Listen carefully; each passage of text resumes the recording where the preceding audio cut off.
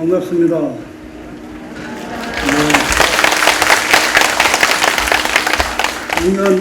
작년 10월 15일 날 도마사에 왔는데 취임한 이래로 이런 큰 법회를 하게 돼서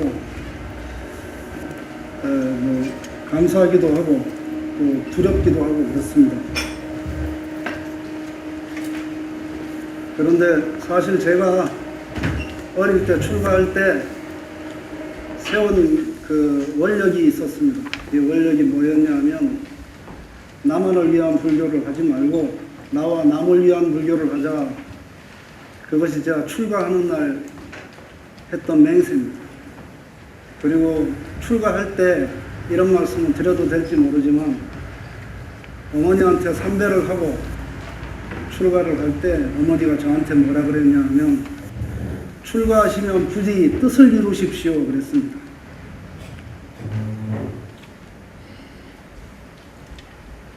항상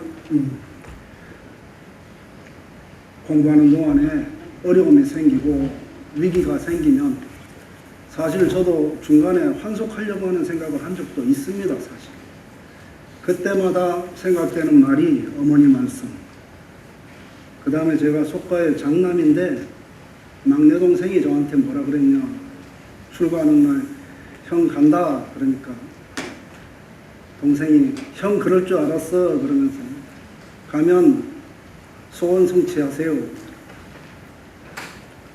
그 두 가지가 포기하지 않고 지금까지 오도록 만든 힘입니다. 지난 한 5년 동안에 저는 그 해인사 나와가지고 전국을 5년 동안 돌아다녔습니다. 전국을 5년 동안 돌아다니면서 전국에 한 1,500군데 돌아다니면서 불교 문화재 답사를 했습니다. 근데 그때 답사를 할 때마다 부처님 전에 또 오래된 탑전에 가서 늘 기도를 하면서 어떤 기도를 했냐 하면 제가 출가할 때 뜻을 이룰 수 있도록 도와주십시오.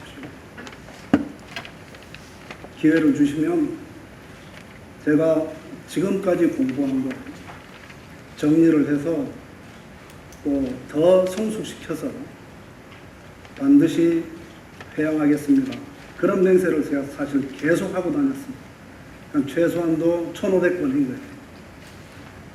그런데 작년에 우리 주지 스님께서 불러주셔서 올 때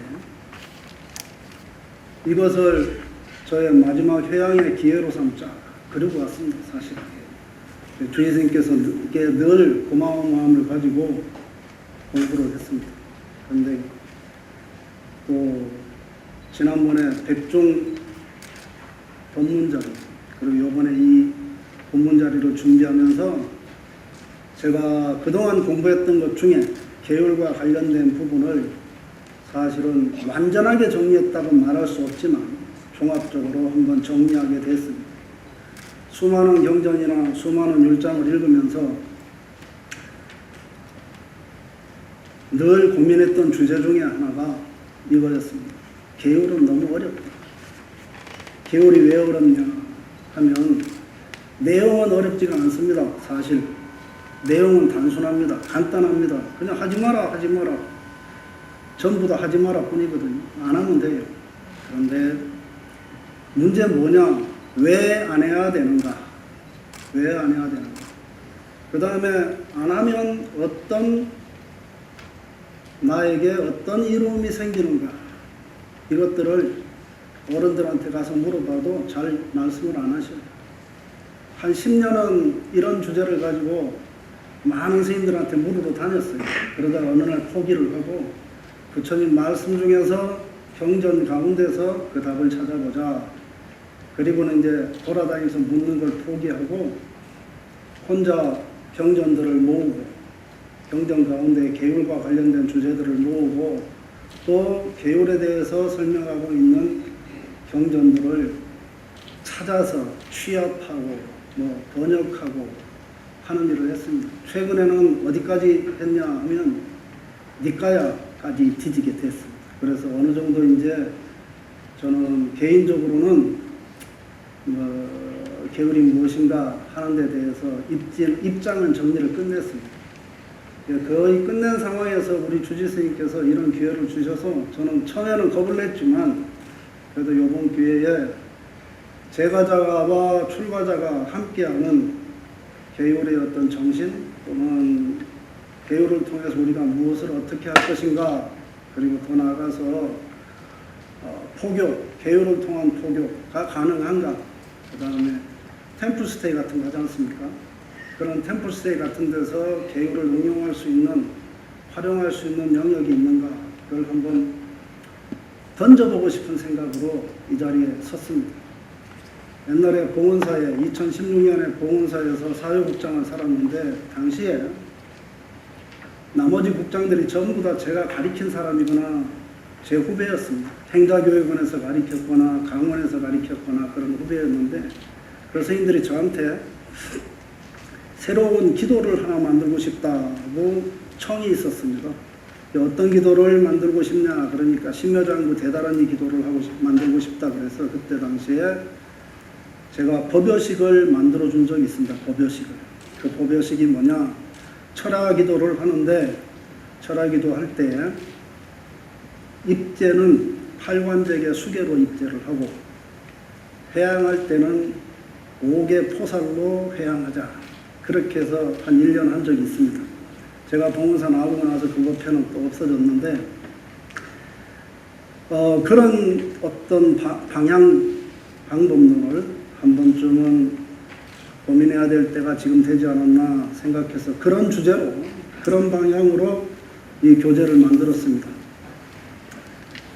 여러분 다 5개 받으시고 법망경 보살계 받으셨죠? 네. 그 중에는 10개 받은 분도 있을 것이고 또 포교사인 분은 8관제계를 받은 분도 있을 것 같습니다.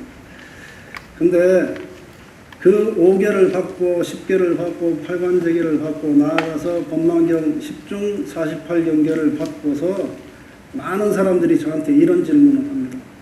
아따 이거 다 어떻게 지킨대요? 여러분 안 그렇습니까? 또는 말입니다. 스님들은 이거 다 지키고 삽니까?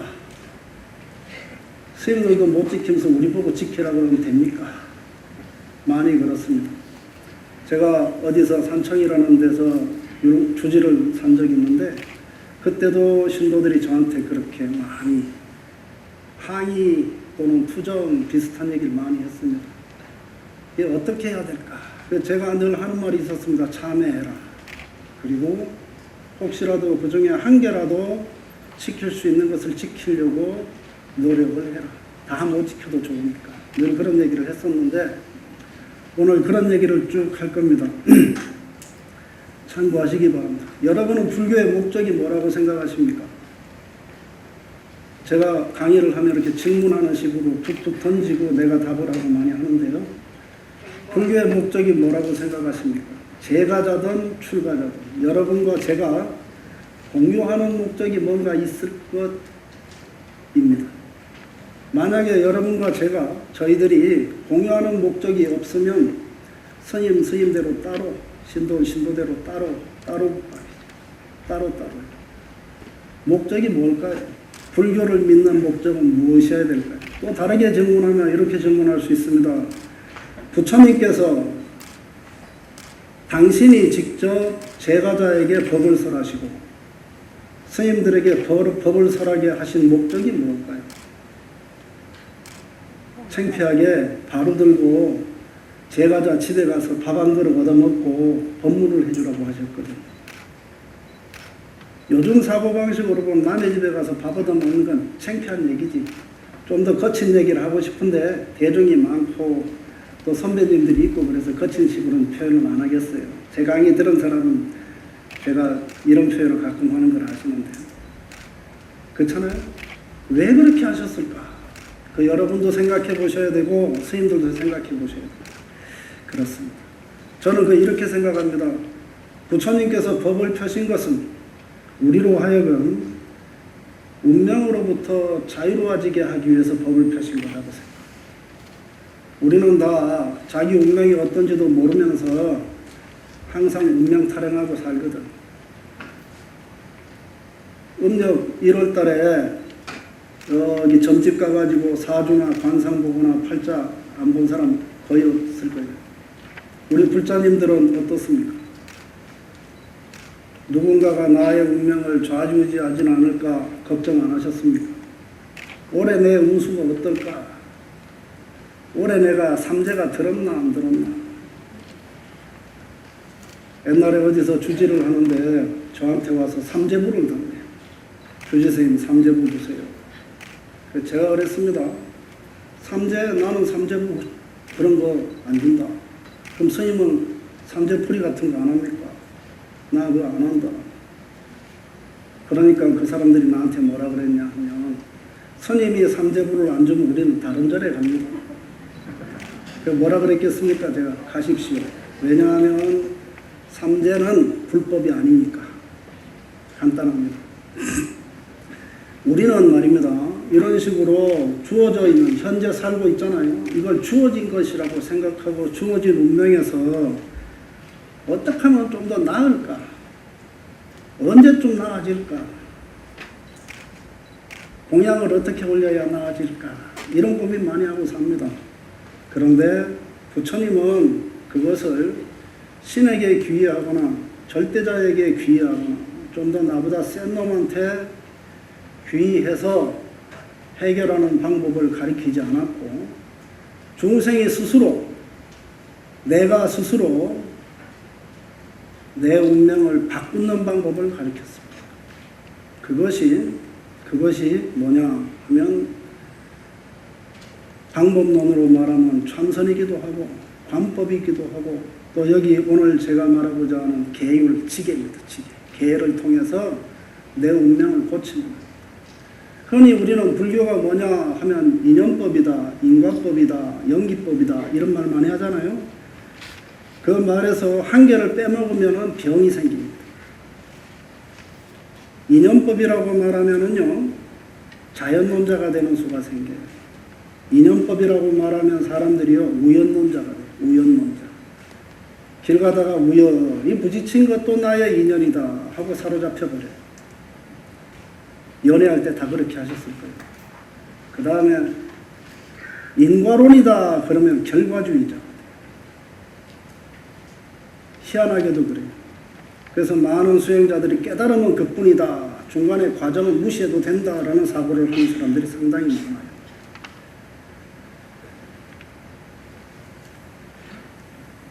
하나씩 빼먹은 게 있어요.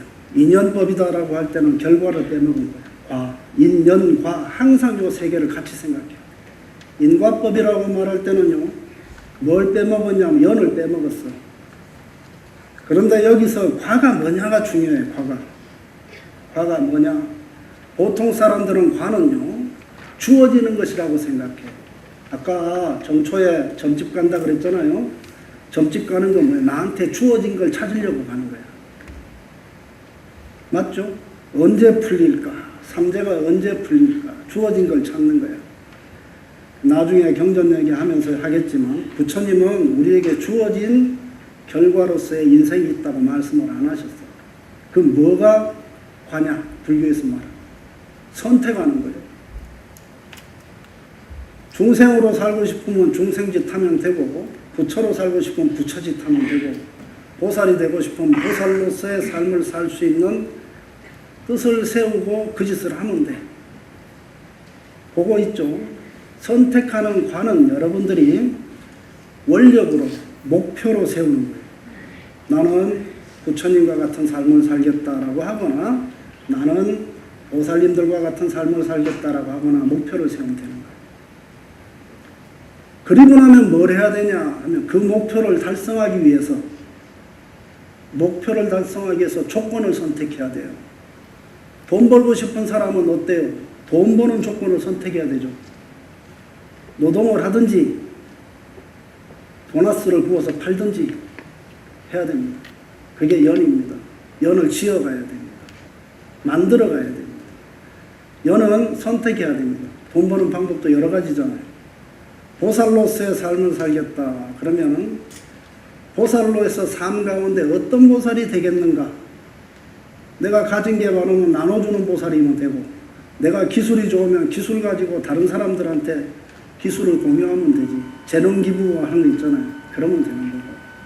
또 내가 아는 게 많고 공부하는 학습 능력이 있으면 어떻게 해요? 열심히 공부해서 법사가 돼가지고 그 과정 속에서 자기의 원력을 향해서 자기가 선택한 과를 향해서 한 발 한 발 나가는 노력을 해야 돼요. 그것이 사실은 불교에서 말하는 인과론이에요. 형식적으로 물리적인 인과론도 존재합니다. 존재론적 인과론도 존재합니다. 불교 안에서. 그 존재론적 인과는 이런 거죠. 저 산에 돌덩이가 왜 그냥 있어요? 저렇게 있어요. 여기 있는 이 탁자가 왜 여기 있어요? 이런 것을 설명하는 건 존재론적 인과론입니다. 그런데 만약에 우리가 존재론적으로 우리 눈앞에 보이는 것만 가지고 부처님의 인과가 다라고 말하면 그것이 부처님의 원래 목적이라고 말하면요. 어떤 현상이 되는 줄 아세요? 그대로 그렇게. 노래 있죠. 그대로 그렇게 하는 노래 있죠. 그대로만 있으면 돼요. 그런데 이상하게도 역사상에 석가모니라는 분이 등장을 했어. 부처님이 등장을 했어. 그대로 그렇게 있었던 분이 아니야. 그죠? 뭔가 문제가 있다라고 생각하고 뜻을 세워서 정진해서 부처가 되었어.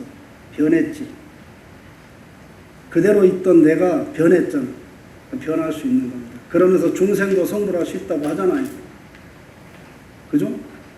네, 그 방법을 찾아야 됩니다. 그 방법을 어떻게 찾을 것인가? 그것이 여러 가지 무슨 선이니 관이니 여러 가지 개념이 있는데 그 가운데 하나가 또 계율입니다. 계율은 그것이 무엇 때문에 설정되었는가? 무엇 때문에 부처님께서 우리에게 제시했는가? 계율을 통해서 우리는 뭐 할 건가? 고민해 보셨습니까? 제가 알기로는 많은 스님들이 안 하고 있습니다. 많은 신도님들도 안 하고 있습니다. 저는 80년 4월 16일 날 삼위계를 받고, 90년 4월 16일 날 받고, 93년도에 비구계를 받았는데, 비구계를 받으러 갈 때 저하고 같이 계 받은 사람이 한 20명이 있었는데, 그 스님들이 비구계 받으러 안 가려고 그래요. 근데 물어봤어요. 왜 안 가냐? 때가 됐으면 가야지. 하는 말이 간단합니다. 두 가지인데, 한 개는 성철 스님도 삼위계 받고 종정됐지 않냐? 이 핑계를 대고, 또 한 개는 어떤 핑계를 대냐면 핑계가 아니죠. 진실한 표현이에요. 나는 비구계를 다 지키고 살 자신이 없다. 그래서 안 갈란다. 이러더라고요. 그것이 뭐냐? 자기 자신의 운명을, 자기 자신의 출가 원력을 성취하기 위해서 해야 될 일을 두려워서 안 하려고 피하는 거예요. 제가자도 마찬가지예요. 제가 주지할 때 저한테 와서 법명을 지어달라 그래요. 법명을 지어달라. 그러면 제가 한 달간 말미를 줍니다. 한 달간 말미를 주고 뭐라 그러냐면 내가 법명을 지어줄 테니까 모날 모시에 한 달 있다가 와서 10개를 받아, 5개를 받으라 그래요. 살도금망주 있죠. 5개를 받으라. 그러면 대본에 나오는 말이 뭐냐? 아까 했던 말 있죠. 그걸 어떻게 다 지키고 살아요? 처사들은 뭐라 그러냐? 술 안 먹고는 사회생활 못합니다. 그래요. 그럼 어쨌든 한 달 기간 줄 테니까 생각해보고 의지가 생기면 와서 받아라. 그 다음에 지키는 방법은 내가 설명해 줄게. 다시 가르쳐 줄게. 안 오는 사람이 칠할이야. 안 오는 다음에 안 오는 사람이. 그것도 마찬가지죠. 두 가지에 져버린 거야. 한 개는 인간의 습성에 져버린 거야. 욕망대로 하고 싶죠. 그죠? 마음대 저놈이 내 앞길을 막아요. 아유, 부처님도 참 꼼꼼하시게 5개를 정해가지고 왜 우리를 자유롭지 못하게 할까? 그걸 꼭 지켜야 됩니까? 이렇게 생각합니다. 그게 우리들이 갖고 있는 기본적인 태도입니다. 불자이고 싶은데, 부처님 제자이고 싶기는 한데, 계를 받으라. 그러니까 벌써 발을 한 발 빼요. 수없이 봤습니다. 스님들도 그렇고 제가자들도 그렇고 다 그렇습니다. 근데 거기에는 무슨 문제가 있냐 하면 스스로 불법 속에서 불교라는 가르침 속에서 무엇을 어떻게 할 것인가에 대해 인식이 부족할 뿐만 아니라 나아가서 현재 자기를 자유롭지 못하게 하고 있는 게 뭔지를 명확하게 인지를 못하는 거야. 그러니까 개 지킨다는 것이 부담스럽게만 다가오는 거예요. 사실은 개는 말입니다. 우리를 더 자유롭게 하려고 제시된 겁니다. 역설적이죠. 하지 마라, 하지 마라, 하지 마라. 이것도 하지 말고 저것도 하지 말고 그것도 하지 마라. 하지 마라는 게 왜 그렇게 많아요? 그런데 그 개는 사실은 인간을 자유롭게 하려는 게 목적입니다. 불교적으로 말하면 뭐냐? 해탈케 하는 게 목적입니다. 근데 많은 사람들이 무엇으로부터 해탈하느냐 하는 데 대해서 명확하게 불교적으로 이해를 못하거든요. 대개 사람들이 자유라고 말하는 것은 거의 다가요. 어떤 자유냐? 헌법에 써있는 자유야. 거주 이전의 자유, 언론의 자유, 이런 거야. 근데 불교에서 말하는 자유자재는 그런 자유자재를 말하는 게 아닙니다. 무엇으로부터 자유자재일까? 단도직입적으로 말하면 삼독으로부터 자유입니다.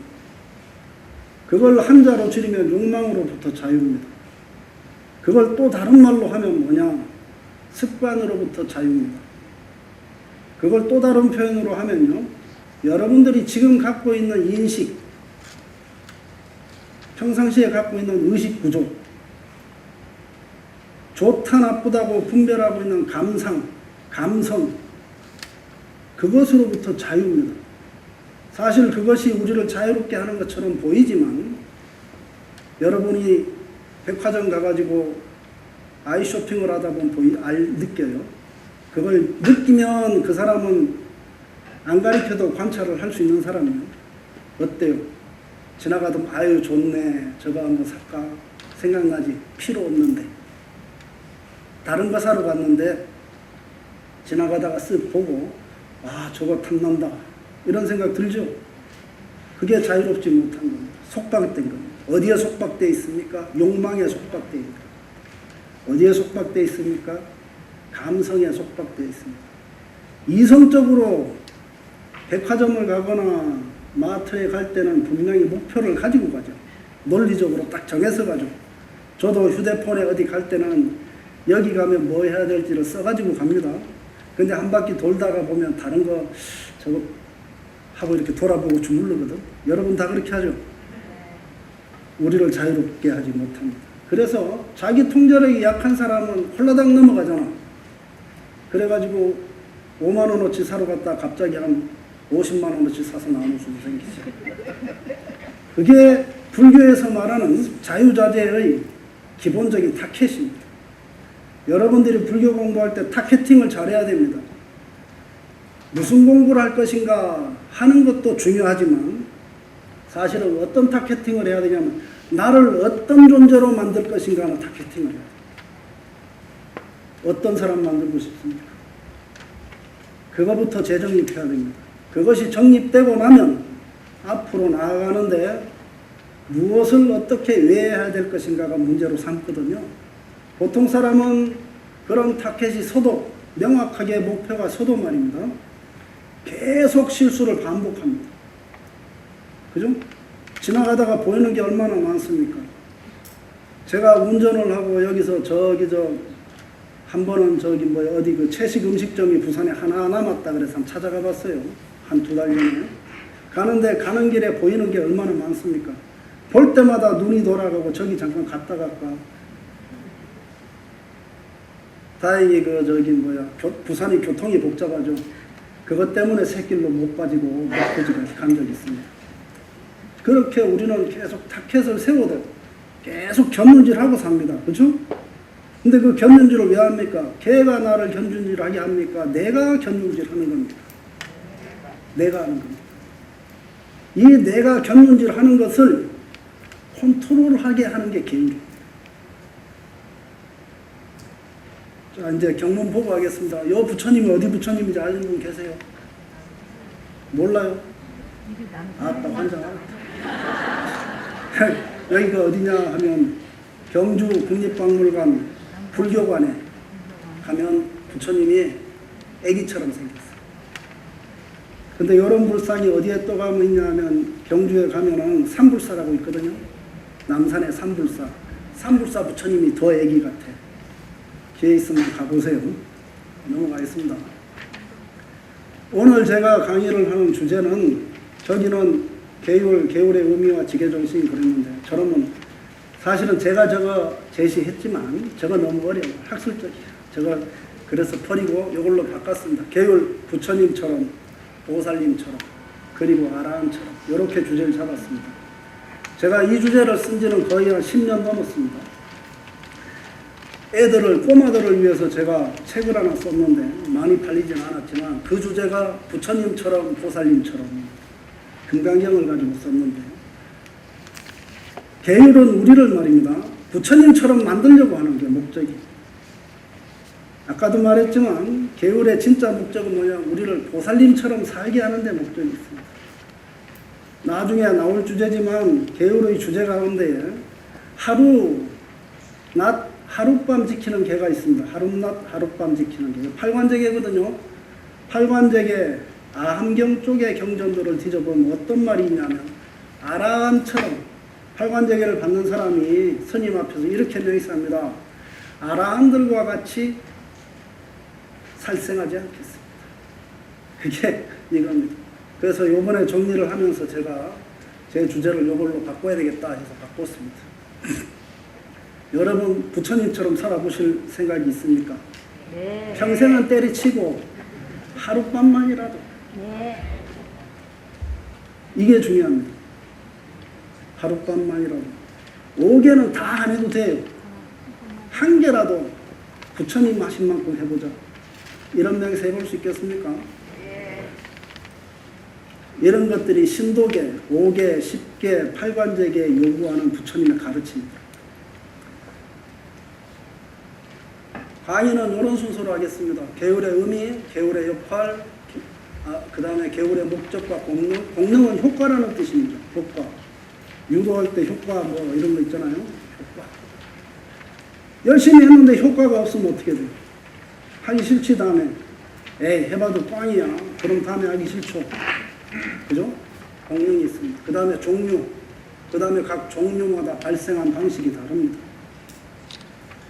부처님께서 이거 지켜라고 안 한 게도 있습니다. 신도들이 스스로 우리가 앞으로 이거 지키겠습니다 한 게도 있습니다. 그 다음에 지계 방법론. 그 다음에 신앙, 계율 가운데 말입니다. 어떻게 신앙할 것인가 하는 얘기도 있습니다. 여러분의 신앙의 대상이 뭡니까? 신앙하는 방식이 어떻습니까? 거기에 관한 얘기도 있습니다. 그 다음에 제례, 부모 형제가 죽었을 때 어떻게 하는 가 이런 얘기도 계에 있습니다. 그 다음에 신행, 구체적인 신행을 어떻게 할 것인가. 그 다음에 신행하고 신앙하고 연결되는 것 같은데 현재 한국 불교는 신앙하고 신행은 괴리적 관계에 있습니다. 그 다음에 제가 여러분들한테 던지는 숙제입니다. 이걸 과제라고 할까 숙제라고 할까 뭐 고민하다가 그냥 아동틱하게 숙제로 쓰자 그래 숙제라고 썼습니다. 숙제. 그 다음에 계율을 통해서 우리가 무엇을 알고 무엇을 느끼고 어떻게 실천할 것인가 하는 결론이 있습니다. 참고 자료는 뭐 4분열, 5분열 이런 거 있는데요. 중요하지 않습니다. 여러분들이 뭐를 나중에 시간이 있으면 꼭 참고하실 것은 5개상경이라는 경이 있습니다. 그 다음에 여기 우바세 개경이라는 경이 있습니다. 그 구해서 보십시오. 5개상경은요, 잘못 읽으면은요, 범죄 교과서예요. 범죄하는 범계, 계를 어기는 교과서입니다. 온갖 사람 죽이는 방법, 어떤 사람을 죽이려고 하다가 실패했을 때, 실수했을 때, 성공했을 때, 이런 것들을 나열해가지고 마음을 어떻게 써야 된다는 얘기를 계속하고 있습니다. 그래서 5개상경, 그 다음에 우바사 개경은 꼭 보시기 바랍니다. 선생경이라고 하는데 우바사 개경은 왜 제가 보라고 하냐면 여기 신앙과 관련해서 우바사 개경에서 자세하게 설명하고 있습니다. 관련된 경전은 니까야에도 있고 아함부에도 있고 여러 부분이 있는데 제가 조사해 보니까 6군데가 있어요. 그거는 이제 제가 자료를 계속 만들고 초역하고 해서 다음 철에 강의하려고 준비하고 있습니다. 방학 끝나면, 불교대학 강의 끝나면, 방학 끝나면 강의하려고 준비하고 있는 겁니다. 그 다음에 넘어가겠습니다. 자, 이제는 본질적으로 얘기하겠습니다. 계율의 의미가 뭘까요? 계율의 목적이 뭘까요? 연기의 실천, 실현입니다. 맨날 우리는 불교는 연기법이다, 연기법이다 그러는데 연기법이 무엇인지도 잘 모를 뿐만 아니라 연기법을 어떻게 삶 속에서 실천할까? 특히 연기법 속에서도 뭐가 문제인 줄 아십니까? 왜 불교 믿습니까? 어떻게 불교해야 됩니까? 누가 해야 됩니까? 이런 문제를 우리는 거의 무의미하게 생각하고 그냥 부처님이 잘 해주겠지, 보살이 잘 해주겠지, 영험이 있어가지고 잘 되겠지, 이런 생각만 합니다. 그런 의미에서 그것이 아니라 자기 스스로 만들어낸 원력, 자기가 수립한 원력, 목표, 그것이 부자 되는 것도 좋고 건강하게 사는 것도 좋고 다른 사람하고 더불어서 잘 먹고 잘 사는 것도 좋고 부처님은 못 돼도 부처님 뒤꿈치라도 한번 따라가 보자, 이것도 좋습니다. 뭐든지 좋습니다. 세속적 원력도 좋고 출세관적 원력도 좋습니다. 다 그것을 뭐예요? 연기론적으로 어떻게 실현할 것인가, 실현하게 하는 게 계율입니다. 요새는 자기계발서가 세상에 많이 나왔죠. 제가 고속도로 휴게소에서 제일 많이 찾아보는 게 뭐냐면요, 요새는 어떤 책이 나왔나, 자기계발서가 제일 많이 깔려있는 데가 고속도로 휴게소야. 그죠? 그런데 그거 꼭 비교해 봅니다. 그리고는 음성 파일, CD 있으면 CD 꼭 하나 사가지고 들으면서 다닙니다. 이 말이 무슨 말이냐 하면 그겁니다. 자기계발서 보잖아요. 그 자기계발서만 본다고 자기계발되는 게, 불자는요, 부처님 말씀, 부처님 법을 통해서 자기계발을 할 수 있어야 돼요. 우리 스님네들이 그거 가르쳐야 됩니다. 제가자에게 어제와 다른 오늘을 가르쳐야 돼요. 여러분도 말입니다. 절에 와서 기도하고 강의 듣고 법문 듣고 경전 보잖아요. 그럼 뭐 해야 되는 줄 아십니까? 이거 해야 됩니다. 어제하고 다른 나, 어떤 다른 나? 한 발짝 한 발짝 나의 원력에 다가가는 나. 돈을 많이 벌고 싶다. 어제보다 돈 버는 수단이 더 좋아져야 되죠. 사람들하고 친하게 잘 지내고 싶다. 어제보다 달라져야 돼. 원수진 놈하고 화할 줄 알아야 돼. 화해할 줄 알아야 돼.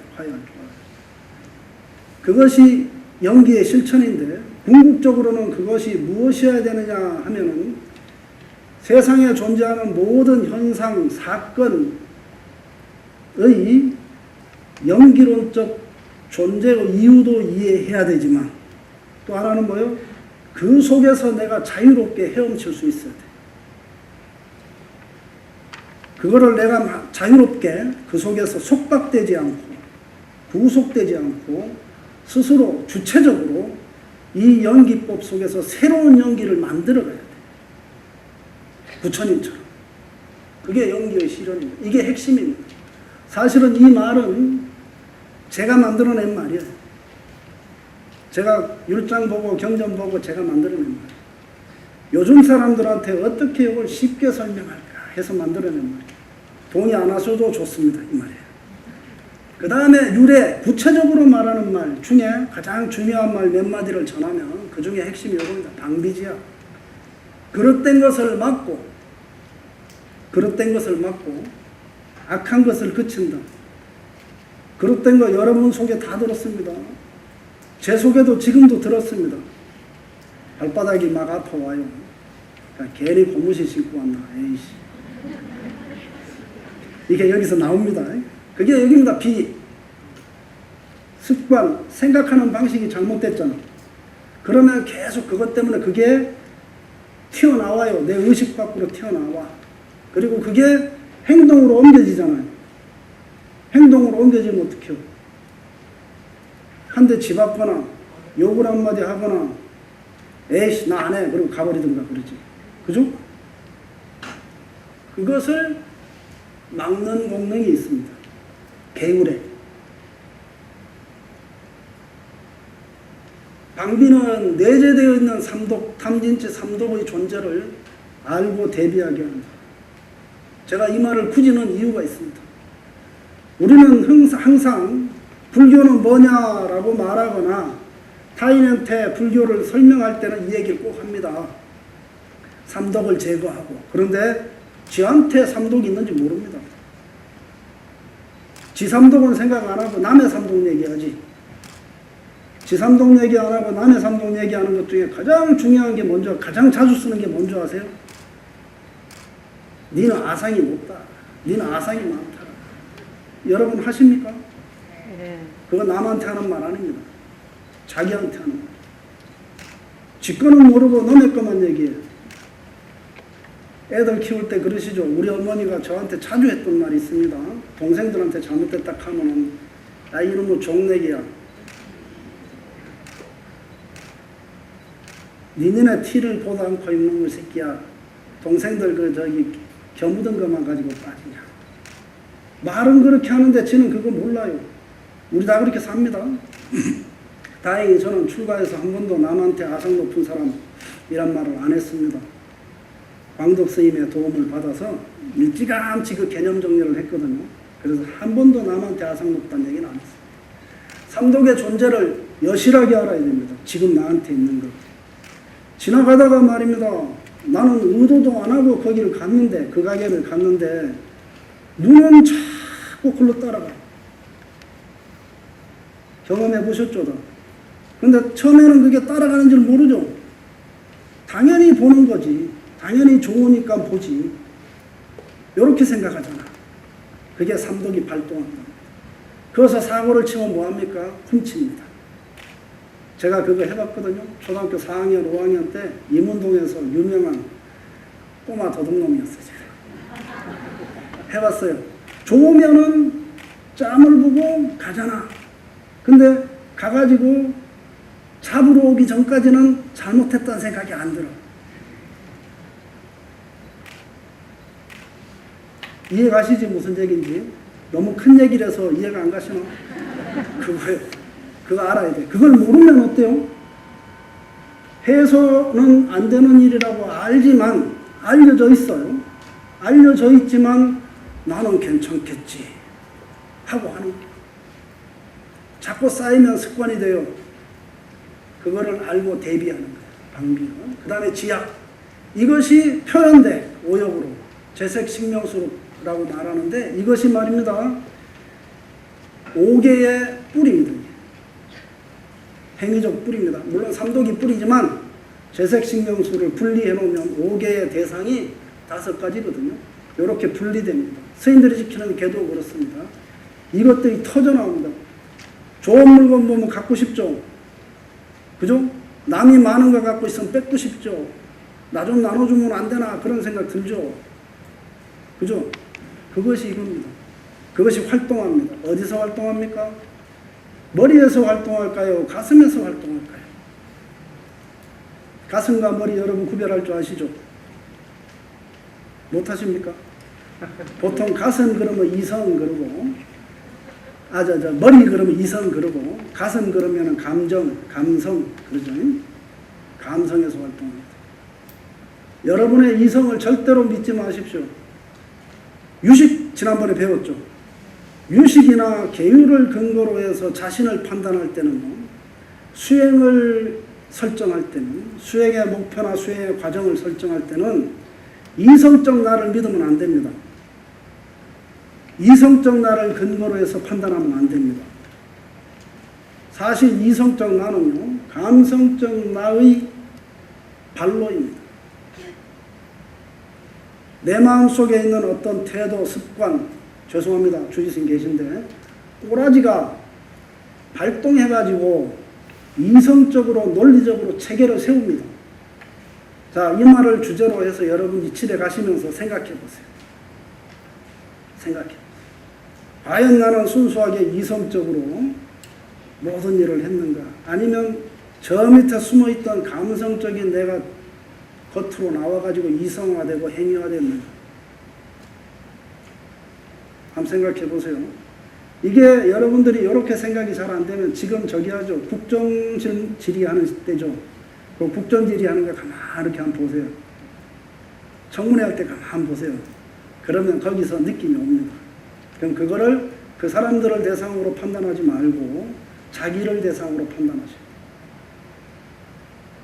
제가 판단컨대는 모든 사람은 감성적 충동을 이성화시키면서 합리화시키면서 자기 만족하고 사는 겁니다. 근데 그 감성적 충동이 감성적 태도가 옳은지 그런지는 판단을 잘 못합니다. 한참 지나고 나서야 후회하거나 뉘우치거나 다시는 안 그러겠다고 결심을 하거나 부처님 전에 가서 3000배 땀 빨빨 흘리면서 3000배 하거나 하죠.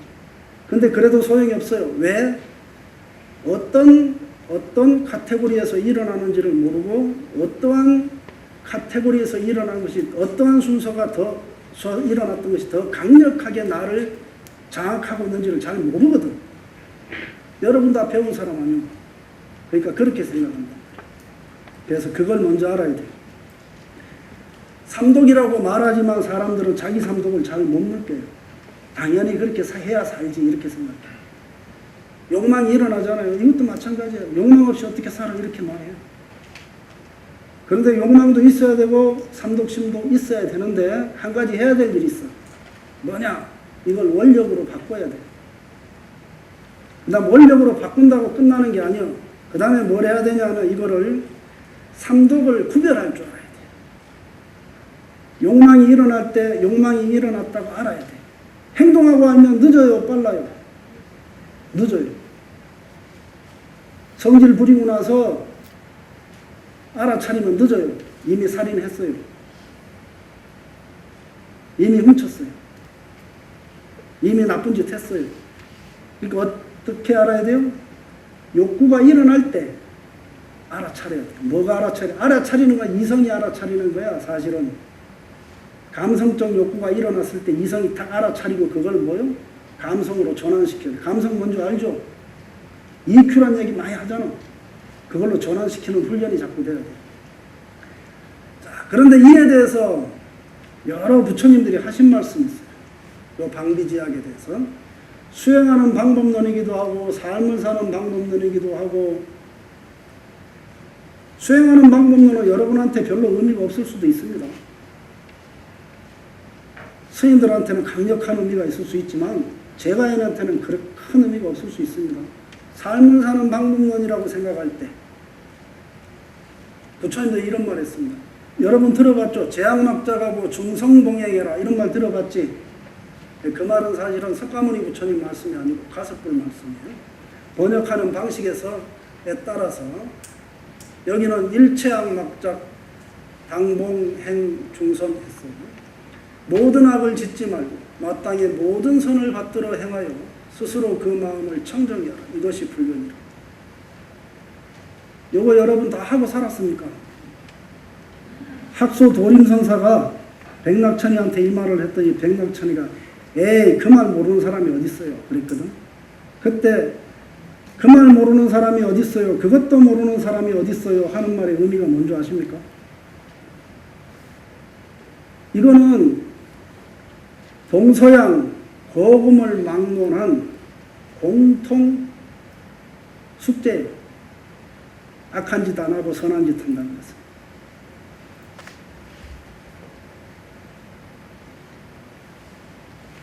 인류사의 공통 덕목이요.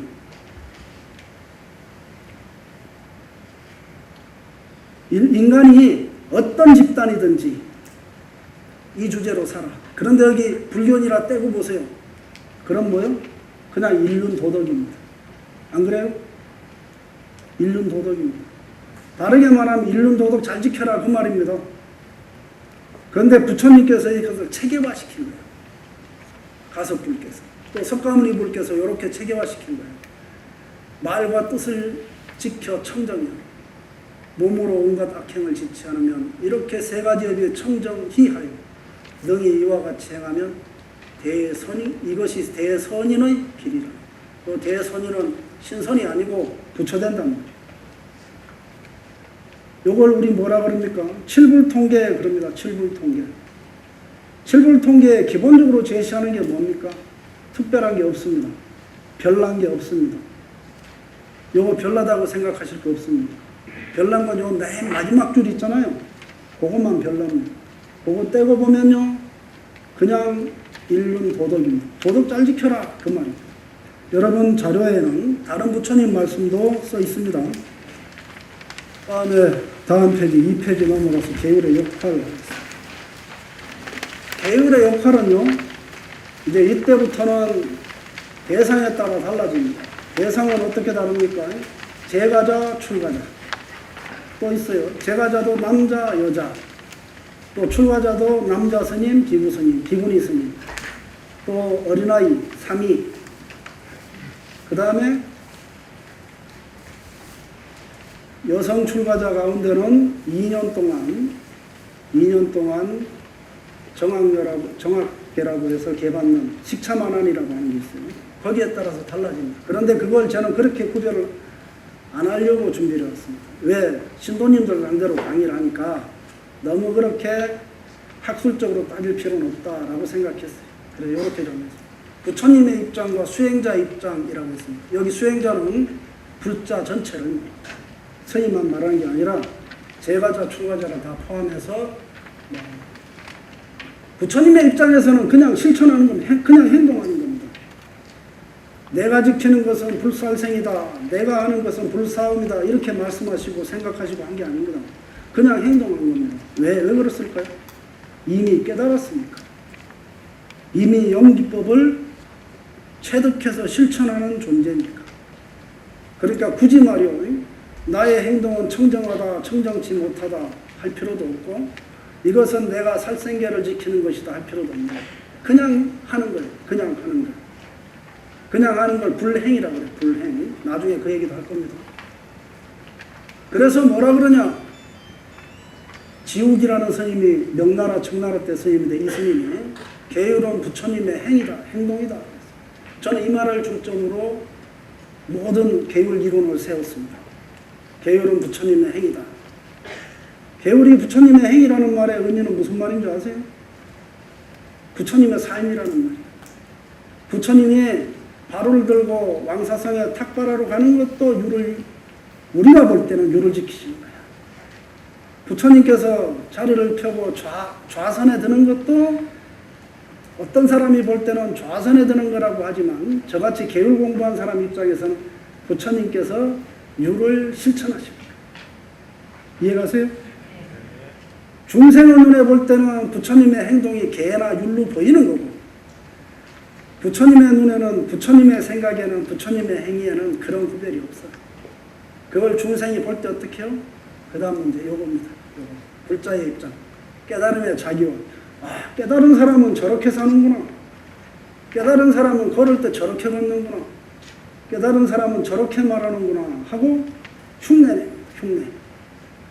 부처님 당시에 미유광당이라는 데가 있었는데 거기 원숭이들이 많았어. 스님들이 거기 들어가가지고 좌선을 했거든. 원숭이들이 처음에는 깍깍거리고 스님들한테 와가지고 올라타고 뭐 그러다가 스님들 먹고 많은 음식도 빼들어 먹고 그러다가 스님들이 늘 밥만 먹고 나면 바로 엎어놓고 좌선에 들어있거든. 원숭이들이 따라서 흉내내서 좌선에 들었대. 써있는 말이야. 그겁니다 이게. 부처님이 하는 거 가만히 보니까 뭐 별나. 근데 내가 따라하는 거예요. 따라하다 보니까 내가 선정에 드는 거지. 따라하다 보니까 내 행동이 진중해지는 거예요. 그거요. 그래서 제가 2008년에 불교신문하고 인터뷰할 때 이런 말 했어요. 뭐라고 했냐. 여기 자료 이쪽 한 것은 이 자료 말합니다. 가끔 요약된 자료를 안내할 때 옆에다가 제가 자료 이쪽 2번 다시 나 요렇게 표시해놨어요. 그러니까 요 자료로 보시고 싶으면 요거 따라 보시면 돼요. 카피와 벤치마킹이다. 계율은 뭐냐? 지게는 뭐냐? 지게. 지게가 뭘까? 계를 지킨다 그러니까 무지하게 어려워 보이잖아. 뭔가 말이야 특별한 수단이 있는 것처럼 보이고, 5개 받는 것도 두렵고 10개 받는 것도 두렵고, 삼위계를 받아서 4년 동안 스님 노릇을 한 사람이 비우개 계단에 가는 걸 두려워가지고 안 갈라 그래. 그런데 이 계를 지킨다는 게 뭐냐? 부처님 카피하는 거예요. 카피해봤죠? 복사해봤죠? 이거 다 복사기로 돌렸어요. 복사기로 돌리면 어떻게 원본 놓고 엎어놓고 그대로 찍어내지. 그대로 조금 모자랄 수도 있고 남을 수도 있고 하죠. 카피하는 거예요. 여러분 사업하시는 분 이 중에 있죠? 사업할 때 그냥 막 사업 안 하죠. 먼저 뭐 합니까? 시장 조사하고 그 시장에서 성공한 사람과 실패한 사람을 조금 알아보죠. 그리고 나서 성공한 사람을 따라서 하려고 그러지. 벤치마킹이라 그러죠. 벤치마킹. 누구 벤치마킹 합니까? 부처님 벤치마킹. 여러분이나 제가 이 세상을 살면서 혼자 공부해서는 원력 성취하기가 어려워. 왜? 욕망이 더 강하지. 죄송한 말씀이지만 저도 수십 년 동안 한 30년 넘게 강의하고 스님 노릇하고 있지만 자신이 없어요. 그래서 늘 율장 떠들어 보거든. 여러분도 그럴 거 아니겠습니까? 불자로 살지만 이름은 보살이라고 하지만, 처사라고 하고 거사라고 하지만 자신 없잖아요. 그럼 어떻게 해야 돼요? 흉내내야 됩니다. 성공한 사람 흉내내야 됩니다. 성공한 사람 따라가야 돼요. 이 벤치마킹은. 그래서 한때 저는 이 개념을 세운 지가 굉장히 오래됐는데, 스님들, 도반들 중에 이거 잘 못 지키는 사람, 안 지키려고 하는 사람들, 이런 막 이상한 궤변 내놓은 사람이 있어요. 최근에도 그런 사람이 있대요. 불교 안에서 5개를 없애야 된다고 말한 사람이 있대요. 90년도에 조계종안에 어떤 일이 있었는지 아세요? 계율을 바꿔야 된다 그런 사람이 있었어. 2000년 초에 어떤 사람이 있었는지 아세요? 일본의 화원대학교에서 4분율 공부한 사람을 모셔다가 이런 이론을 세웠어. 계율 전공한 석학 10명이 모여서 합의를 하면 계율도 바꿀 수 있다. 이런 이론을 세워가지고 막 떠들고 다니는 사람이 있어. 그래가지고 내가 그 스님 나보다 20년 선배인데 사마외도라고, 바로 앞에서 사마외도라고 그려버렸어. 해보려고 안 하는 거야. 출가할 때 원력도 부처님처럼 살아보자 아니야. 그죠? 여러분은 불법을 배워가지고 불법대로 살아보자 했을 거 아니야. 다는 아니라도. 그럼 뭐 해야 돼요? 성공한 사람 흉내를 내야지. 성공한 사람이 하라 그런 거는 해봐야 될 거 아니야. 해보도 안 하고 뒤집어 엎으려고 들어. 그래서 내가 이거를, 그런 이론을 못 세우게 하려고 도시락 싸고 엄청 댕겼습니다. 한 15년 돌아댕겼어요. 이제 포기했어요. 벤치마킹. 여러분 벤치마킹 하실 수 있겠습니까? 부처님은 안 해도 돼. 보살들 있잖아, 보살. 초지보살, 십지보살까지 벤치마킹 안 해도 돼요. 어디? 십신이 보살만 벤치마킹 해도 돼. 아주 초보자, 초보 보살만 벤치마킹 해도 돼. 그 어떻게 벤치마킹 하냐고 물으면 내가 교과서 줄게요. 벤치마킹 하죠. 그러면 나날이 바뀌는 거예요. 매일매일 바뀌는 삶을 살아야 되는 거예요. 벤치마킹은 깨달음의 자기화. 부처님은 깨달음을 지금 실천하고 있죠. 여러분은 깨달음을 부분적으로든 조금이든, 제가 이때 가끔 찔끔찔끔 그런 말 하는데, 찔끔찔끔이라도 자기화 시켜야 되는 거예요. 오늘 여기서는 자기화 됐는데 집에 가서는 잊어먹어도 돼. 여기서라도 자기화 시켜야 돼. 여기서 자기화 시키려면 여기 이 자리에서 뭐 해요? 이 자리에서 이거 해야 되는 거예요. 그 다음에 뭐요? 끝없는 자기점검이야. 성공한 삶을 사는 기업가들을 보면 뭐합니까? 끊임없이 회의하지. 끊임없이 회의하면서 뭐합니까? 정보를 모으고 자기들이 지금 안 되는 것이 무엇인지를 판단하지. 최근에 삼성전자가 반도체 만들 때 3나노 수율이 낮다. 수율이 이제 완성도가 떨어진다. 그래가지고 대만의 TSMC가 삼성을 비웃는 발표를 했죠. 그리고 저쪽에 일본에서도 TSMC하고 손잡지 삼성은 그 성공 못한다고 비웃었잖아요. 최근에 기사에도 그런 기사가 있어요. 근데 최근에 며칠 전에 삼성이 3나노 수율을 완성도를 올려버렸잖아요. 그래가지고 지금은 상업성을 얻었지. 그 과정에 무슨 일을 했을까요? 그 과정에 왜 수율이 안 올까? 예? 누가 와서 기계 옆에서 숨을 쉴 때 거칠게 쉬어가지고 기계가 흔들려서 그랬을까? 이건 제가 지어서 하는 말이지만 그런 거 조사를 다 했을 거 아닙니까? 토론 계속 했을 거 아닙니까? 그리고 기계 0점 조정하고 계속 했을 거 아닙니까? 그리고 화학물질들 농도 조정하고 다 했을 거 아닙니까? 그걸 수없이 몇 달 동안 해가지고 수율을 올렸잖아요. 그거 해야 됩니다. 개요를 통해서 우리가 할 게 뭡니까? 여러분의 수율을 올려야 됩니다. 출가자는 출가자의 수율을 올려야 됩니다. 세속에서 사업을 성공하는 것하고 출가자가 공부를 성취하는 것하고 재가자가 불자로서의 삶을 설치하는 게 다를 것 같죠. 근데 공식은 같아. 쓰는 말이 다를 뿐이요. 쓰는 말이. 말 다른 것에 빠져가지고 정신을 못 차리고 산다고. 여러분들 중에서도 직장에 가가지고는 뻔히 이 공식을 쓰거든. 집에서도 이 공식을 쓰거든. 그런데 절에 와서 기도하고 염불하고 경보고 참선하는 데는 이 공식을 안 쓴다고. 끝없는 자기점검하셔. 그 다음에 뭐가 중요하냐? 이 계를 지키는 행위는 계율은 우리한테 자연스러운 수행의 성취. 애써서 수행하려고 노력하잖아요.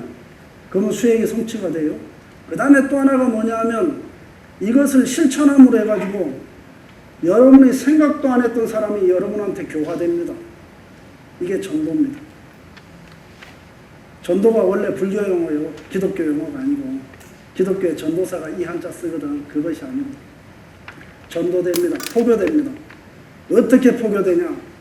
내가 웃을 때 감정에 휘둘려서 막 정신 나가듯이 웃지 않고 내가 한마디 말을 할 때 부처님 법에 따라서 거짓말하지 않고 불교 말 안 해도 돼. 그냥 사실대로 말하고 내가 책임질 게 있으면 책임져주고 그러면 알게 모르게 전도됩니다. 오늘 아침에 부산에 안개가 꽉 꼈죠. 안개 낀 속에 싹 걸어가면 옷이 어때요? 촉촉한 느낌 들지. 그렇게 배어드는 겁니다. 저절로 전도됩니다. 부처님 당시에 마승이라는 비구가 있었거든요. 부처님 제자님. 이 사람을 니까야나 이런 데는 아스빠 뭐 이렇게 불러요. 그런데 이 사람이 부처님 가르친 대로 열심히 살았어. 하루는 왕사성에 들어가서 탁발을 했거든. 탁발을 해가지고 바로를 들고 나오는데 멀리서 보니까 사리불이 보니까 다른 사람 아니고 사리불이요. 사리불이 어떤 분이요? 금강경의 주인공이지. 사리자. 예? 그 사리불이 보니까 왔다 저 사람 깨달은 것 같아. 옷 입은 것도 남루하고 겨우 바로에 밥 한 그릇 얻어갖고 왕사성에서 나오고 있는데 하는 걸 보니까 깨달은 것 같아. 그래가지고 사리불이 쫓아갑니다. 쫄 따라갑니다. 따라가가지고 질문할 게 있었는데 질문을 할까 말까 고민하다가 밥 다 드시고 나면 질문해야지. 그러고서 옆에서 기다리십니다. 대사리불이. 사리불 어떤 분인지 알죠? 대사리불이 기다립니다. 마승이 바로를 딱 엎어놓고 나니까 묻습니다. 당신은 깨달은 자입니다. 당신은 어떤 깨달음을 얻었습니까? 근데 마승이 뭐라고 하는 줄 아세요? 나는 못 깨달았다. 나는 그냥 석가모니 부처님 제자일 뿐이다. 그렇게 말. 그럼 사리불은 마승이 뭘 보고 따라갔을까요? 마승의 어떤 것을 보고 깨달았다고 생각했을까요? 여러분 점심때 뭐 먹었습니까? 점심때 고향 드실 때 아 맛있겠다 하고 먹었습니까? 맛없겠다 하고 먹었습니까? 오늘은 뭐 먹을까 고민하고 요리하고 그러죠. 전방 가서 사 먹을 때는 오늘은 저거 먹어야지 했잖아요. 우리는 말입니다. 코 밑에 음식이 있으면 음식 냄새, 음식 색깔, 음식 종류에 현혹돼가지고 입에서 뭐가 나옵니까? 분침이 나오지. 안 그래요? 저는 어릴 때 일종식을 오래 했어요. 출가해가지고. 한 8년 했는데 그때 100m 떨어진 데 정확하게 한 80 몇 미터 떨어진 데서 점심 준비를 하고 있잖아요. 그러면 내 코끝에 밥이 있는 냄새가 나. 80m 떨어진 데서 밥을. 바람이 일로 부는 것도 아니야. 감각이 민감해져서 느껴. 저녁 때가 되잖아요. 저녁은 굶거든. 저녁 때 굶고 있으면 무슨 냄새가 나냐 하면 딱 그 시간만 되면 나. 김치 냄새. 그 냄새가 나면은 말이야. 코끝에 냄새가 확 지나가면은 입안에서 군침이 확 돌거든. 막 거침없이 나와요, 침이. 그런데 마성은 안 그랬겠어요? 바로 턱 밑에 바루가 있는데, 음식들은 바루가 있는데, 턱 밑에 음식들은 바루가 있는데 얼른 가서 먹어야지 하는 생각이 안 들겠습니까? 얼른 가서 먹어야지 하는 순간에 걸음걸이가 어떻게 되겠습니까? 급해지지. 예? 가사자락이 휘날리는 줄도 모르고 걸어가겠지. 허벅지 살이 드러난지도 모르고 휘쩍휘쩍 걸어간단 말이에요. 근데 이 마성은 그렇게 안 했어요. 저 같으면 그렇게 했을 거예요. 제가 그거 겁나가지고 어떤 스님이 저보고 남방에 같이 가자 그러는데 안 갔어. 자신이 없어. 남방에 탁발해서 음식 먹을 자신이 없더라고요. 제가 식욕이 강하거든. 마성은 말입니다.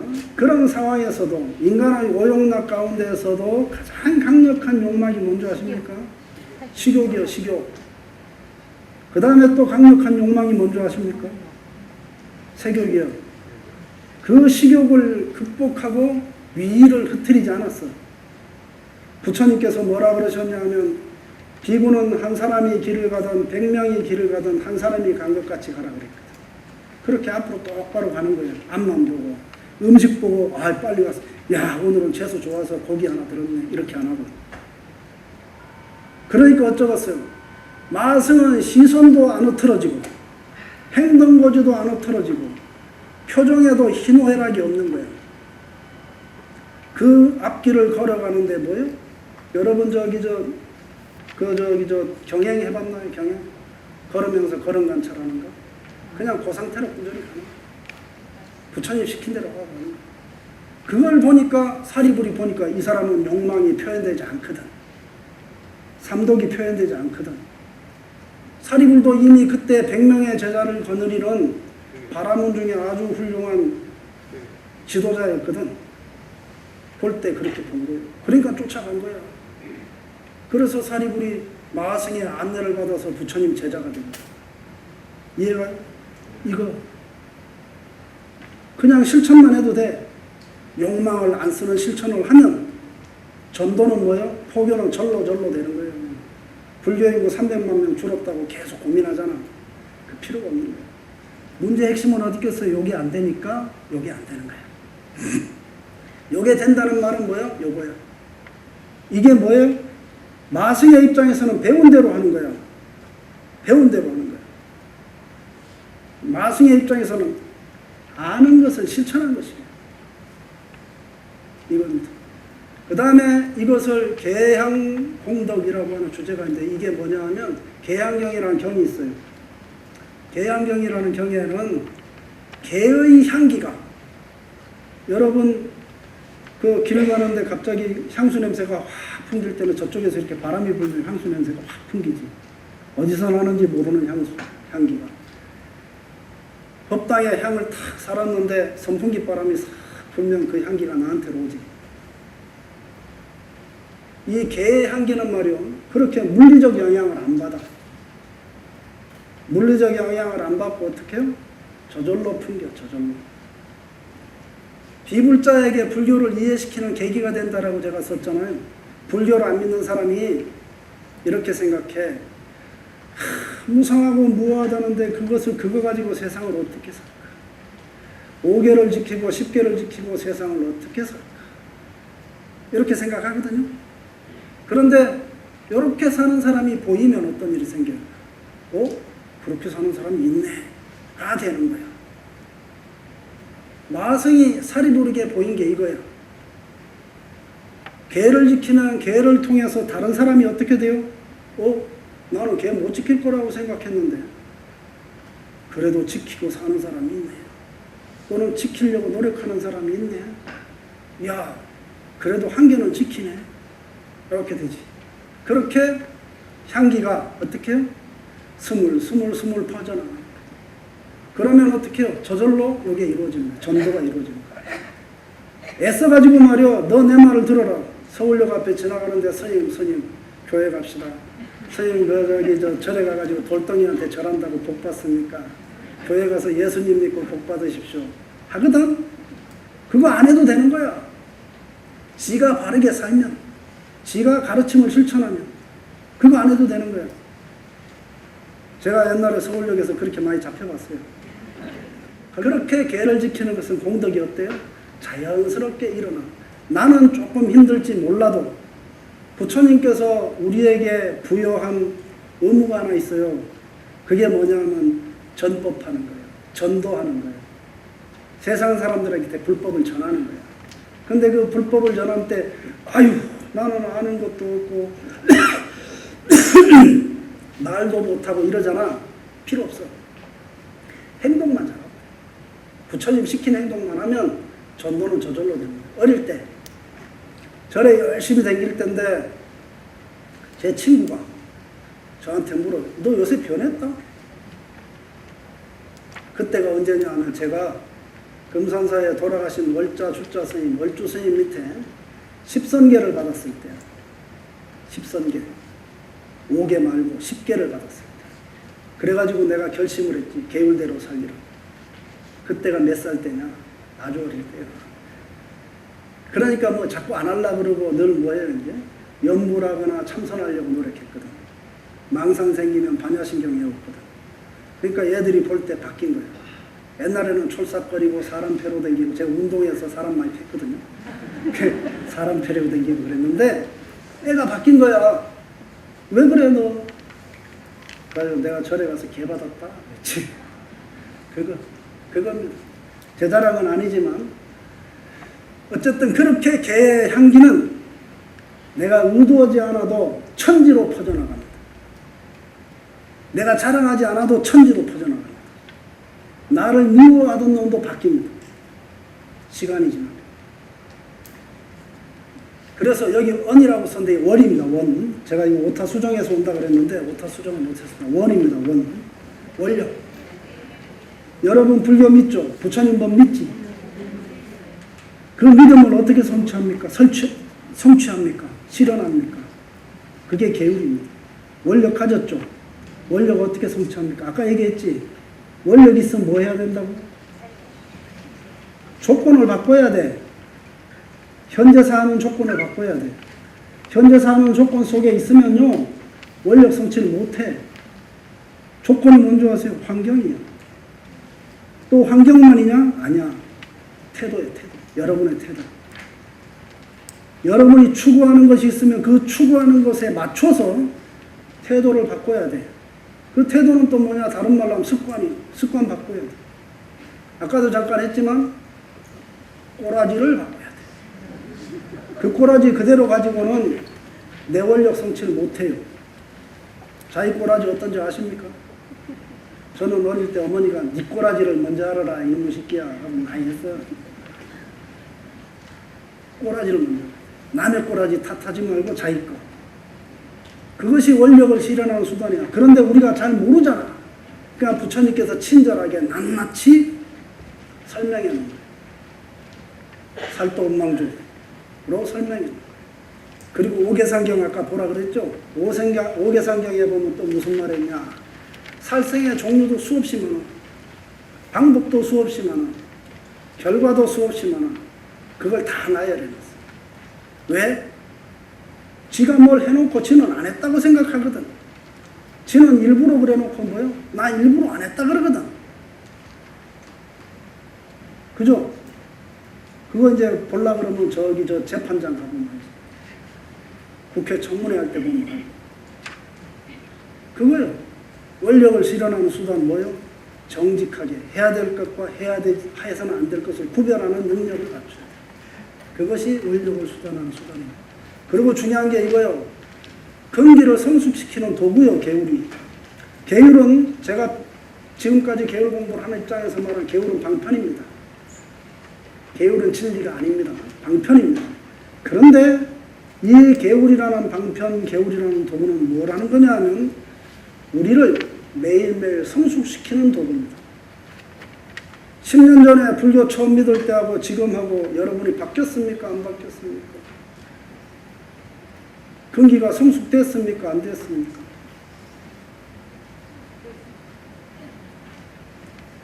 어디 가서 공양금 한 몇만 원 낸단 말이야. 가난한 사람들 위해서 몇만 원 내면서 아이고 아까워라 하는 생각 안 듭니까 지금? 안 들면 근기가 성숙된 거예요. 들면 어때요? 그냥 체면상 하는 거지. 머리는 하라 그러는데 감정은 안 바뀐 거지. 그까지 바꿔가는 거야. 감성까지 근기를 홀딱 바꿔야 돼. 홀딱 바꾸면 돈 오고, 홀딱 못 바꾸면 뭐야? 점수야, 점수. 점수가 틀린 게 아니야. 점수라도 해야 돼. 계율 입장에서는. 계속 바꿔. 그 이정현의 노래 바꿔 하듯이. 바꾸세요. 바꾸려고 자꾸 노력을 해야 돼. 어떻게 바꿔요? 현재 자기를 알아야 되지. 보통 사람들이 현재 자기가 하고 있는 짓이나 하고 있는 생각을 잘 모르니까 교과서를 보고 아 내가 이렇게 생각하고 있구나 하는 거예요. 그 교과서가 경계. 물론 경전도 그 교과서예요. 근데 경전은 가끔 가다가 추상적인 깨달음, 명쾌하지 않게 이해되는 깨달음들이 많이 있어요. 그 다음에 세계를 분석하고 안이비설심의로 분석하고 있잖아요. 그래서 그것은 우리에게 정확하게 아 이게 우리한테 뭘 말하는구나 보통 사람들이 인지하기가 조금 어려운 측면이 존재하지. 근데 계율은 안 그래. 왜? 여러분한테 지금 있는 욕망을 바로 찍어주거든. 길 가다가 저놈한테 확 하는 생각도 나고 에? 맛있는 거 좋은 거 보면 입에서 군침이 확 돌잖아. 바로 지금 있는 거야. 그걸 팍 찍어주거든. 그래서 자기한테 있는 그것을 바로 인지하게 해주는 거야. 그러니까 하지 마란 말에 빠지면 안 돼요. 예? 하지 마라 하지 마라 하니까 짜증나지. 부처님은 왜 너무 이렇게 하지 마란 말이 많냐. 그래서 부처님 돌아가시니까 어떤 비구가 아 이거 좋다. 잔소리꾼 죽었다. 와 이리 좋나 했잖아. 그래서 오늘부터 우리 마음대로 살자 했거든. 그래서 가섭이 안 되겠다 싶어가지고 결집을 했다는 게 4분율 40권 이후에 나오거든.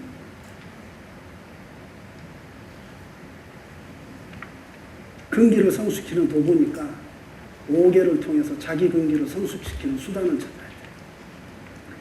그것도 구체적인 얘기는 다음에 가서 한 번 더 하겠습니다. 그 다음에 또 목적과 공능 중에 이런 게 있습니다. 좀 더 구체적이 돼요. 참선 수행하는 분도 있고 연불 수행하는 분도 있고 주력 수행하는 분도 있지. 이 중에 손 들어보라고 안 할게요. 걱정하지 마세요. 참선 수행하는 사람은 뭐가 숙제일까요? 화두일념이 안 되는 게 숙제이긴 하지. 근데 화두일념이 왜 안 될까요? 왜 안 될까요? 잡념이 많아서. 화두에 이먹고 했더니 이먹고 여기서 이는 뭐지? 먹고 그랬는데 왜 해필은 먹고 경상도 사투리로 했지. 전라도 말로 해도 되는데. 이런 생각이 날 수도 있어요. 또는 말이요. 이먹고 제기라. 밑도 끝도 이먹고는 뭐야. 이럴 수도 있어요. 처음에 배우면. 또 이거 한다고 될까? 이럴 수도 있고. 연불도 마찬가지요. 연불하는데 나무아미타불 열심히 연불하는데 아따 그거 죽어서 아미타불 세계에 가나 살아서 가나 죽어서 가면 소용이 없잖아. 이렇게 생각하는 사람도 있어요. 제가 주지할 때 정토신앙을 했거든. 정토 강의를 하고 정토경을 가지고 신도들 강의를 했어요. 그런 말 하는 사람이 있더라고요. 이런 온갖 잡념들이 장깨가 나고요. 앉았으면 나와. 고성연불하라 그랬거든. 왜냐하면 아침에 하는 종성에 고성연불 10종공덕이라고 있어. 고성연불 10종공덕 천마 퇴산이든가 뭐 잡념이 일어나지 않는다, 천마가 물러난다 이런 말씀이 있어. 그래서 저는 그 말을 믿고 악을 바락바락 쓰고 했어요. 지금은 마이크 때문에 내가 그렇게 안 할게요. 악을 바락바락 써서 연불을 하니까 신도가 그러는 거예요. 스님보다 큰 소리로 연불해도 됩니까? 그래서 내가 하라고 그랬지. 나보다 더 크면 최고 그랬어. 근데 못해. 왜? 내가 싫어할까? 그 생각을 하고 있는 거야. 연불하면서 1시간 동안 나무아미탑을 연불을 하는데 1시간 동안 서서 그러는 거야. 우리가 소리를 내도 될까 안 될까? 큰 소리를 해가지고 스님 소리보다 크면 될까 안 될까? 스님이 화내진 않을까? 이 걱정하고 있다. 이 걱정하면 안 돼요. 오로지 뭐요? 오로지 뭐요? 오로지 연불해야 돼. 근데 그것이 왜 안 되냐? 그런 잡념이 일어날 때 잡념을 정리를 못 하거든. 잡념이 왜 일어납니까? 욕망 때문에 일어나는 거예요. 스님한테 잘 보이고 싶은 욕망. 남들보다 더 잘하고 싶은 욕망. 빨리 하고 싶은 욕망. 그죠? 그걸 해결해야 돼. 그게 뭐가 그걸 해결하게 하냐? 개울이 그걸 해결하게 하는 거예요. 그게 선정을 얻고 깨달음을 이루게 하는 것이죠. 그 말이 나중에 사막할 때 또 나와요. 그런데 보통 스님네들이 5개 강의를 할 때, 신도님들이 5개를 받을 때 계를 지키면 천상에 난다 그러거든. 그래가지고 어떤 사람은 계변으로 이런 말도 해. 나는 천상에 날 생각이 없으니까 계 안 지켜도 된다. 불교 믿는 사람이 그런 말하고 다니는 사람 봤어. 강사를 오래 하다 보니까 그런 사람이 와서 얘기를 해요. 근데 거기 5개 상경 아까 보라 그랬죠? 5개 상경에 보면 이런 말이 있어요. 이런 말이 있어요. 같이 읽어봐요. 만약 어떤 성남자가 바다지 여기지 않는 인된 이러한 인연으로 미래의 부처의 도를 이루리다. 뭐라 했어요? 천상에 난다 했습니까? 도를 이룬다 했습니까? 어떤 말을 믿으랍니까? 외도가, 인도의 부처님 당시에 외도가 천상에 나고 싶어가지고 계를 지켰거든. 어떤 날, 특정한 날 정해서 삼장정을 1월달, 5월달, 9월달 정해서 또는 말입니다. 6제일 정해서 계를 지켰어. 8일, 14일, 15일, 23일, 29일, 30일 계를 지켰거든. 외도는 그랬어. 왜? 그날만 천상에 난다.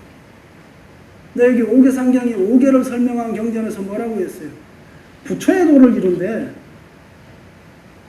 이거는 제가 유론에서 배울 때도 이런 말은 못 들었어요. 아무도 이 말씀을 안 하셔.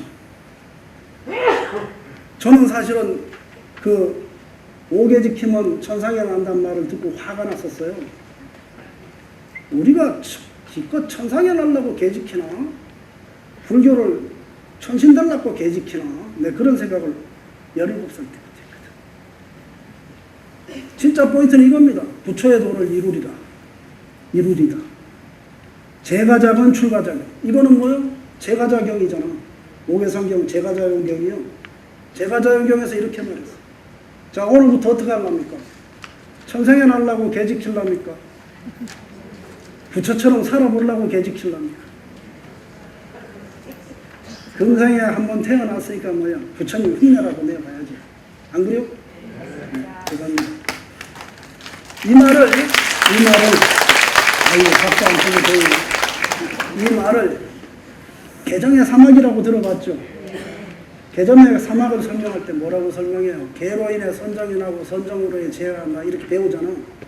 그 개 지키는 목적이 뭐요? 결국 개를 갖고 지키는 목적이 뭐요? 죄송합니다 주세요. 근데 젠장을 가리킬 때 뭐라 그래요? 천상의 나라고 가리켜. 그죠? 서양말로 지저스 크라이스트지. 그게 제기랄이지. 맞죠? 바꿔야 돼. 지금 당장 가든 천천히 다음 생에 가든 다음 생에 가든 여기다 목표를 둬야 되는 거야. 제가 작은 출가자건 이해가세요? 네. 근데 가리키기를 천상의 나라고 가리키고 있으니 욕을 안 할 수가 없는 거지. 바꿉시다. 네. 천상에 나는 건 외도법이야. 부처님법 아니야. 제가 사투리 막 쓰고 있죠 지금. 제가 약간 저기 하면 이제 입이 풀리면은 경상도 사투리, 전라도 사투리, 평안도 말 뭐 이런 거 막 쓰는데 그렇게 돼버렸어. 그렇습니다. 이 말을 믿으세요. 개로 인해 선정이라고 선정으로의 죄를 안 한다. 그런데 선정은 얻었다고 하는데 개가 없으면 선정이 있는 걸까요? 없는 걸까요?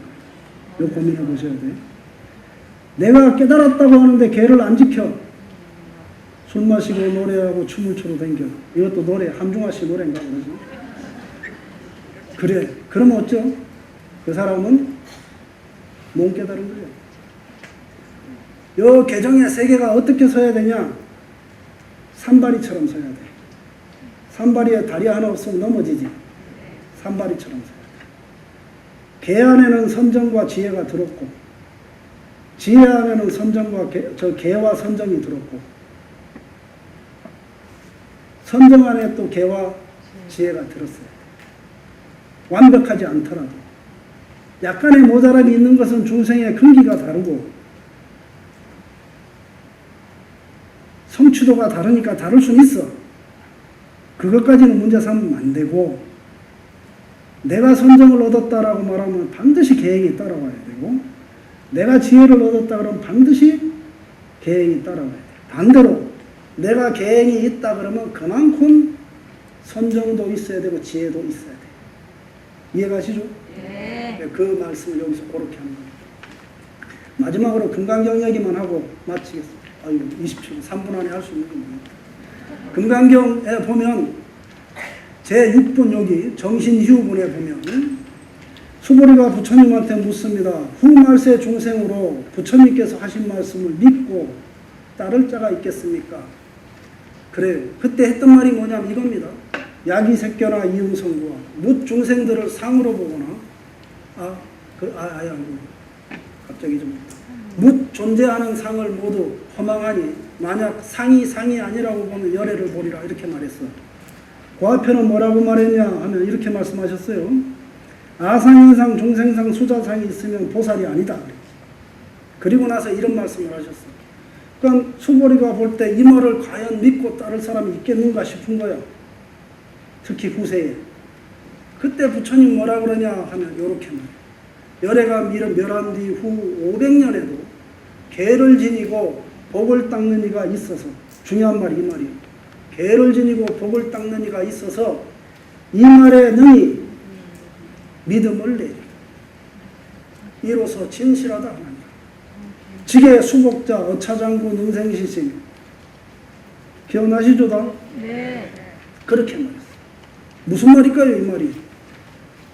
금강경의 도리를 아상인상 중생상 수자상이 없어야 한다든가 부처를 상으로 보지 말라고 한다든가 하는 말이 그냥 받아들여져서 이해되는 것이 아니고 평상시에 과거 전생이든 지금 현생이든 평상시에 개를 지니고 복을 닦는 노력을 한 사람이라야 알아듣는단 말이에요. 그런 사람이라야 지금 이 말에 믿음을 낸단 말이에요. 그게 전제가 안 되면 아무리 훌륭한 철학적인 말도 못 알아들어. 왜? 중요한 게 뭐예요? 꼬라지. 이게 안 바뀌거든. 그걸 바꾸려는 노력을 안 하거든. 개는 말입니다. 내게 내재해 있는 나의 욕망과 습관을 바로 보게 하는 것이고, 복을 닦는 것은 뭐냐? 다른 사람한테 보시를 하는데, 보시 그냥 주는 게 아니고, 얘다 나 남으니까 너 가져라 이게 아니고, 나의 것을 덜어가는 거예요. 내가 집착한 것들을 덜어가는 거예요. 내가 집착한 걸 덜음으로써 나의 집착을 덜어간다. 그럼 뭐요? 계를 지니는 것과 복을 닦는 것이 전부 다 뭐예요? 금강경에서 말하는 공을 실천하는 노력인 거예요. 그 사람이 그때는 공을 몰랐어. 그전에는 개 지키고 복을 닦을 때는 무엇이 공인지 모르지만 이미 그 사람의 태도는 뭐예요? 찾고 버리는 노력을 한 거 아니에요. 욕망을 버리는 노력을 하고 집착을 버리는 노력을 했던 거 아니에요.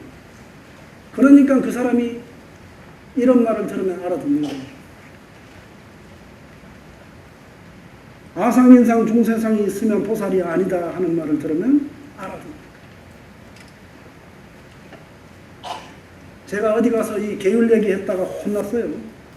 진주에서 불교대학에서 계율 강의, 금강경 강의하면서 계율 얘기를 했다가 진주 사업연합회 차원에서 금강경량 강의할 때 왜 계율 얘기하냐고 혼났어. 잘 생각해보면 무슨 뜻인지 아실 거예요. 31분이네요.